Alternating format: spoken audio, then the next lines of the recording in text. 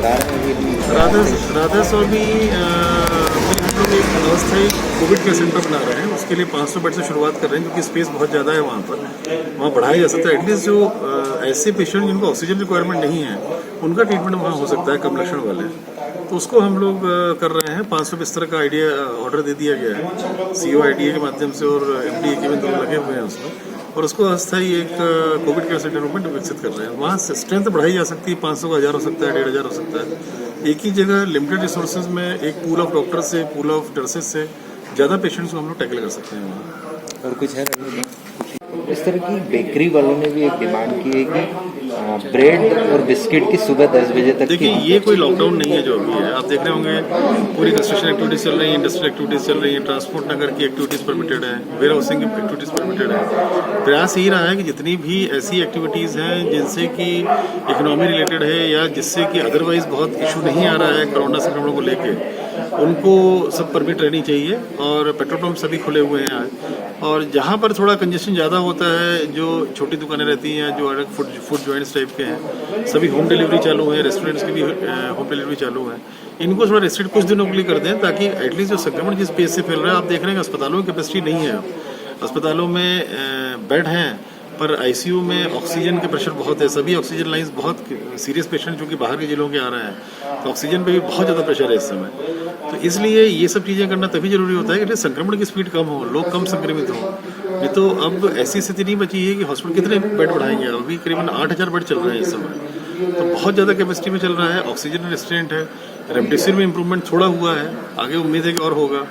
एक टॉसी करके मेडिसिन है 400, उसकी भी कुछ दिक्कत है, क्योंकि सिप्ला उसको बाहर से इंपोर्ट करती है, इंडियन प्रोडक्शन नहीं है। उसके अल्टरनेटिव आ गए हैं, उसके दवाई आ गई हैं उनकी, वो डॉक्टर्स प्रिस्क्राइब कर रहे हैं। टॉसी की भी 165 mg की 2 दे करके भी डॉक्टर्स प्रिस्क्राइब कर रहे हैं, वो भी अवेलेबल है। तो सभी तरह के प्रयास चल रहे हैं। और रेमडेसिविर में भी इंप्रूवमेंट कुछ हुआ है, कल से अस्पतालों में सीधे जाने लगी है स्टॉकिस्ट को। और टॉसी की वैलिडिटी मेडिसिन आई हैं, तो उसमें दोनों में मैनेज हुआ है। ऑक्सीजन को हम लोग बस एक क्राइसिस मैनेजमेंट के तहत हर दिन मैनेज कर रहे हैं कि कैसे भी पीरियड निकल जाए पीक वाला, तो उसके बाद फिर चीज़ें कंफर्टेबल हो जाएंगी। सर, राधा स्वामी सिलेंडर जो है वो रखे हुए थे, लेकिन उसकी जानकारी नहीं दी गई है। क्या कुछ बड़ी आई थी, कहीं से आई हुई जानकारी, पर अभी तक ऐसी परिस्थिति नहीं थी कि सिलेंडर्स को स्पेयर में रखा जाए। अभी तक सफिशिएंट जो सप्लायर्स के पास सिलेंडर्स वो काम कर रहे थे। और जिस प्रकार से अभी स्थिति चल रही है, ऑक्सीजन डिमांड ज़्यादा हो गई है, बाहर के पेशेंट ज़्यादा आ गए हैं, ऐसे में हमेशा सुरक्षित रहता है कि एक्स्ट्रा सिलेंडर्स हम लोग कलेक्ट करके उसकी रिफिलिंग करके रात में रख लें, ताकि कहीं रात में क्राइसिस आती है तो उसमें इमरजेंसी भेजे जा सके।